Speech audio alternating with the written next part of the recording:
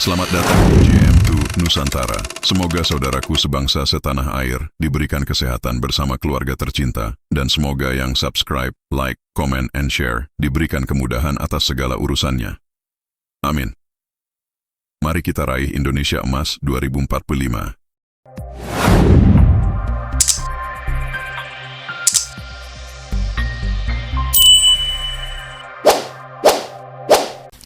Murtada Zabidi katanya mengarang kitab Ar-Raudul Jali.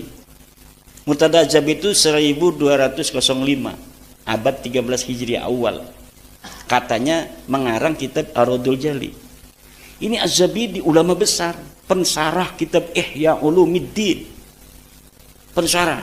Makanya Yai Afid husnudon pada Imam Zabidi, Yai Afifuddin Muhajir, wakil Rais Am. Wah, kalau misalnya beliau bikin status nasabu ba'alwi bainal musbitina wal munfin, Kiai Imad lahu dalilun wa Murtada Zabidi lahu dalilun. Kiai Imad punya dalil, Murtada Zabidi punya dalil.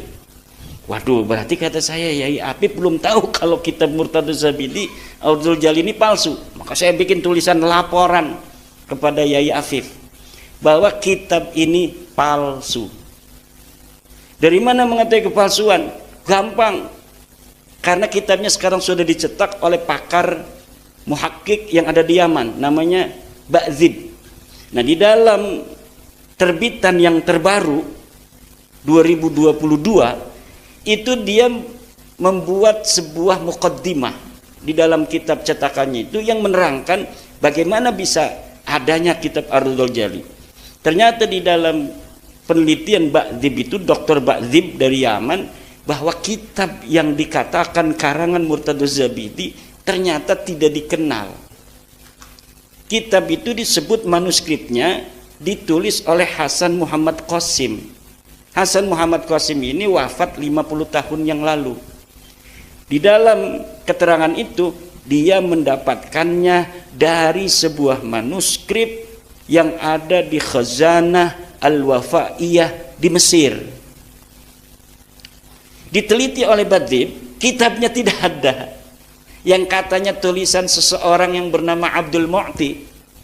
Katanya ini tulisan Abdul Mu'ti, saya menyalinnya dari sana. Ternyata tulisan Abdul Mu'ti itu tidak ada. Berarti kalau tidak ada, dia mengarang. Lalu bagaimana, apa motifnya seorang Mesir yang bernama Muhammad Hasan Qasim menulis tentang Ba'lawi? Ada benang merahnya, yaitu karena dia teman seseorang di Mesir yang bernama bin Yahya. Saya lupa apakah Ali apa Muhammad bin Yahya, dari keluarga Ba'alwi. Dan Alwi bin Tahir yang ada di Bogor dan di Johor, karena dia itu sering bolak-balik Bogor, Johor, karena punya tugas sebagai mufti di Johor, orang Ba'lawi, mendapatkan manuskrip ini dari bin Yahya Mesir ini. Lalu bin Yahya Mesir ini, menurut asumsi saya, dia menyuruh Hasan Muhammad Qasim untuk menulis itu. Kemudian Ba'dzib ingin mengetahui siapa sih Hasan Muhammad Qasim, diteliti oleh Ba'dzib. Ternyata Hasan Muhammad Qasim memang tukang bikin kitab palsu. Dia telah terbukti memalsukan seorang ulama besar namanya Al-Ubaidili Al-Aqiqi. Ulama besar yang hidup di abad 3 Hijriah. Kemudian dia menulis kitab sendiri, Muhammad Qasim ini, dengan judul Az-Zainabat, Zainab gitu. Ternyata kitab ini kemudian bukan atas nama dia dicetaknya, tapi atas nama ulama yang hidup di abad ketiga. Maka kata Ba'dzib, kitab Ar-Raudul Jali pun sama kemungkinan besar kronologisnya seperti kitab Az-Zainabat ini. Muncul dari ruang hampa, kemudian agar laris, kemudian ditulis nama ulama yang hidup di masa lalu. Itu yang terjadi. Itu bukan hanya satu. Ada lagi kitab Abnaul Imam fi Misr wa Syam. Ini kitab Abnaul Imam yang kemarin Pak Muhdor marah-marah sama saya tuh. Imaduddin Dajjal, Ini kitabnya ada, kitab abad keempat, 473 Hijriah. Di sini disebutkan Ubaid sebagai anaknya Ahmad. Kata saya, ini baru bangun orang ini. Saya sudah meneliti kitab itu sudah 2 tahun yang lalu dan sudah sering dibahas oleh orang-orang yang membela Ba'lawi. Tapi ternyata dia mungkin ada yang bisikin, Beb, kitabnya ada tuh. Dia mungkin nggak mengikuti diskusi ini. Akhirnya dengan pede sambil marah-marah, mana katanya Ibad menantang Ba'lawi? Ini Muhdar Al-Hamid sudah ada. Pakai ini kitabnya. Dikerjain sama temennya dia itu. Ya Allah, kasihan amat dia dikerjain orang.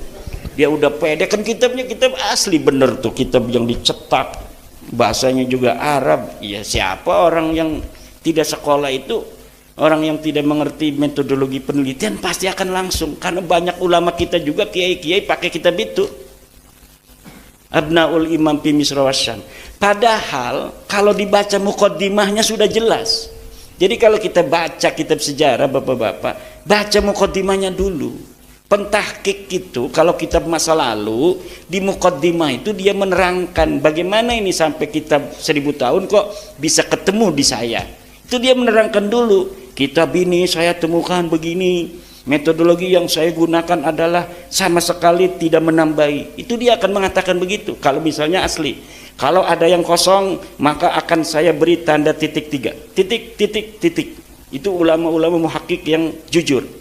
Ada juga muhaqqiq yang bukan tidak jujur, dia merasa mempunyai ilmu tentang apa yang tidak ada itu, misalnya sobek, tapi dia bisa melihat manuskrip yang mirip, kemudian kitabnya beda tetapi ibarahnya, narasinya sama, maka kemudian walaupun sobek dia tambahin, tapi dia beri keterangan dalam footnote bahwa ini diambil dari kitab lain. Seret.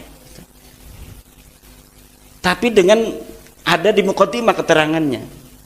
Ada juga yang tidak jujur, seorang muhaqqiq kitab masa lalu itu, yaitu dia ambil kitab Abnaul Imam itu yang ditulis 199 Hijriah, tahunnya itu 199 Hijriah, namanya Imam Toba-Toba.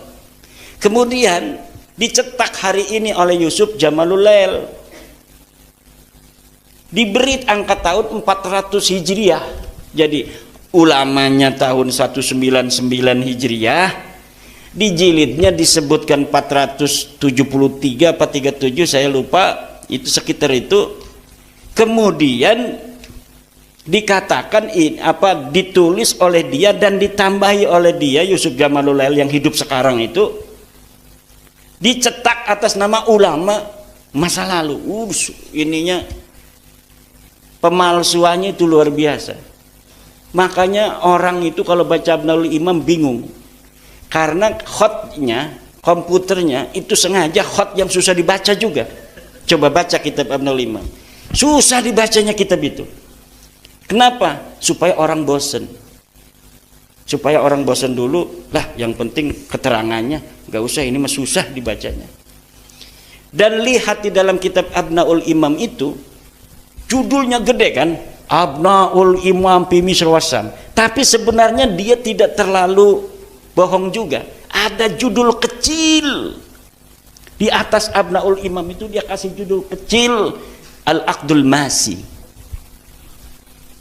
Coba lihat.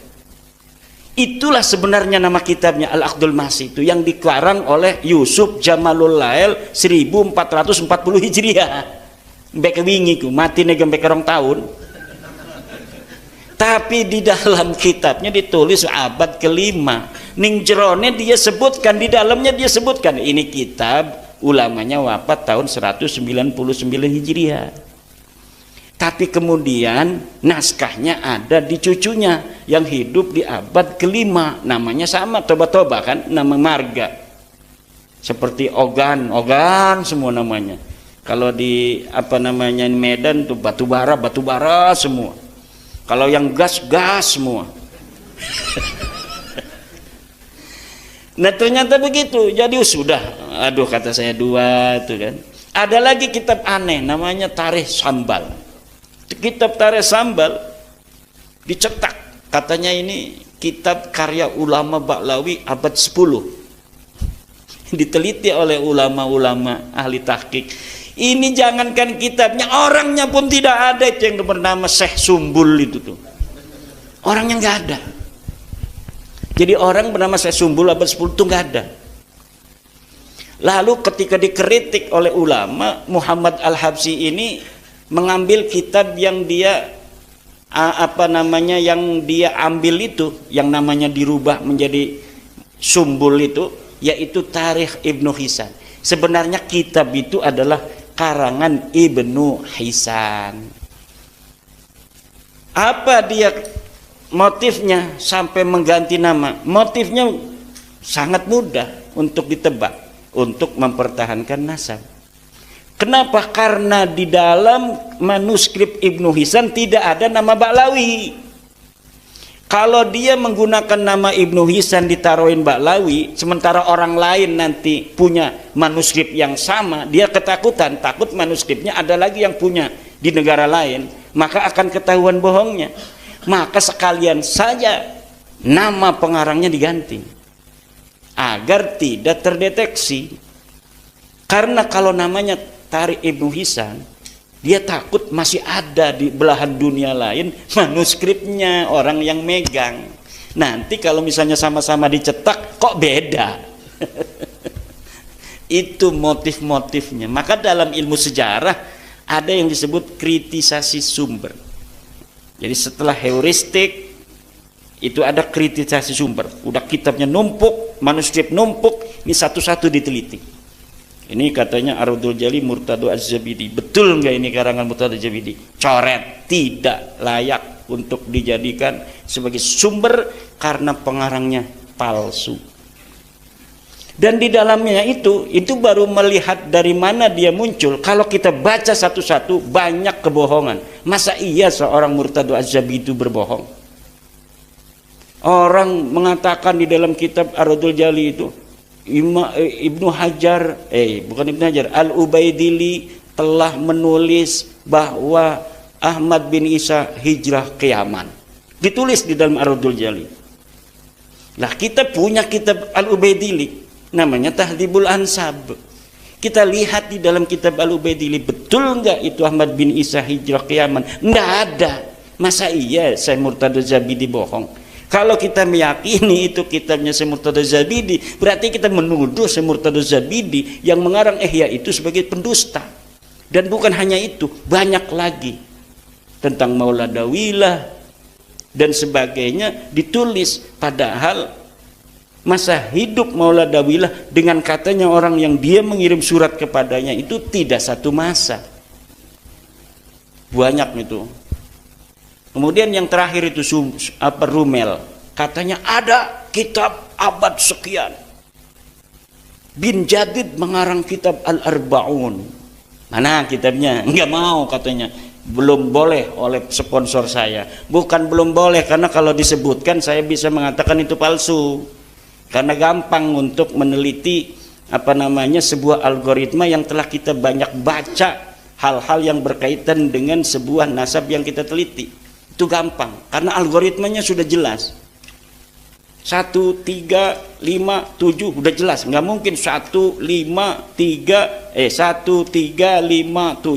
langsung ke 10, nggak bakal. Algoritmanya kan 1 ganjil kan, 3 habis 3 5 habis 5 berapa? 7. Nggak mungkin 1, 3, 5, 6. Salah itu sama guru matematika, langsung dicoret. Saya sudah bisa untuk menebak algoritma yang akan diberikan oleh siapapun yang memberikan bantahan itu. Kalau misalnya tidak masuk algoritma yang sudah ada, yang dibangun oleh ulama dari abad 4 sampai abad 9, dia sendirian ini ada tanpa ada konfirmasi dari ulama-ulama yang ada di masa itu, udah jelas ini palsu. Belum melihat kertasnya, baru melihat narasinya, Saya sudah bisa mengatakan itu palsu karena tidak sesuai dengan algoritma yang sudah dibangun oleh ulama dalam catatan kitab-kitab mereka tentang nasab itu. Wong laka je, misalkan begini, ada orang mengaku saya pengurus NU, maka saya sekarang mau mencalonkan diri menjadi ketua umum PBNU, karena dari dulu saya dari MWC saya sudah jadi pengurus MWC. Sebagai apa dulu pengurus MWC? Saya sebagai LBM. Nah, tahun berapa? Tahun 70. Nah, tahun 70 kan pasti ada algoritma di situ. Ada orang yang jadi pengurus, ada susunan yang mungkin bisa manuskripnya ada, ya kan? Misalnya Yai Imam Syafi'i ini dulu tahun 70 mah belum lahir, apa udah lahir Yai? Belum kan? Misalnya jangan tahun inilah, tahun 2000 Yai Muhammad Imam Syafi'i sebagai, jangan tahun 2000, sekarang aja nih. Tahun 2024 Yai Imam Syafi'i ketua PCNU Lampung Barat. Betul tidak? Ada sekretarisnya tadi hadir. Punya kan dilaminating kan? Nanti ada orang mengaku pengurus PCNU Lampung Barat tahun 2024, mengaku dia wakil sekretaris misal. Mana dia bikin palsu di komputer, sendiri nama dia. Satu, iya ada nama dia Soeharto misal. Tapi di punyanya Yai Imam Syafi'i tidak ada nama Soeharto. Di punyanya Sekjen tidak ada, tahunnya sama, tanda tangannya sama di bawahnya. Tapi namanya beda. Ini Soeharto muncul di dalam manuskrip dia doang sendiri. Di punya orang lain, pengurus lain tidak ada nama Soeharto. Ini yang salah ini sendiri, apa yang banyak itu? Ini nih sendiri yang palsu nih. Dia hanya bikin kepalsuan ini untuk nyalon ketua umum PBNU. Itu yang terjadi dengan Nasabah Alwi daripada manuskrip-manuskrip yang coba untuk mengelabui publik itu yang telah dikemukakan. Kalau orang Jawa yang haplogrupnya O, itu ketemu Nabi Muhammadnya itu masih tidak terlalu jauh. Jadi kita lebih dekat dengan Nabi Muhammad orang Jawa daripada Baklawi ini.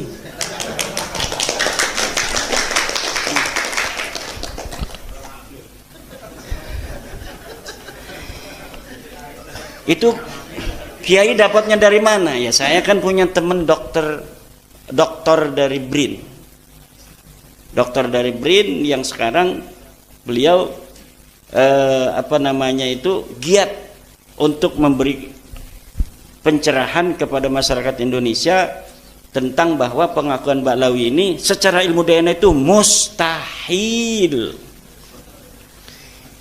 Jadi secara ilmu DNA mustahil, secara ilmu nasab tidak terkonfirmasi dalam ilmu sejarah. Tidak terkonfirmasi itu apa? Maudhu'un munqati'un mardudun. Nasab mereka itu tidak menerima, ya silahkan. Kalau tidak menerima, dalilnya mana? Sampai sekarang tidak ada dalilnya. Bahkan kalau mereka memberikan dalil itu yang akan memakan mereka. Semakin mereka membuat dalil itu yang memakan mereka. Kenapa? Ya orang nggak ada apa-apaan di sananya, blank. Ditulis sekarang ini manuskrip, bikin sendiri. Ya emangnya manuskrip palsu itu nggak bisa diteliti? Bisa diteliti Pak, nggak bisa. Manuskrip itu bisa diteliti. Orang nggak bisa ngebohong dengan kertas, nggak bisa.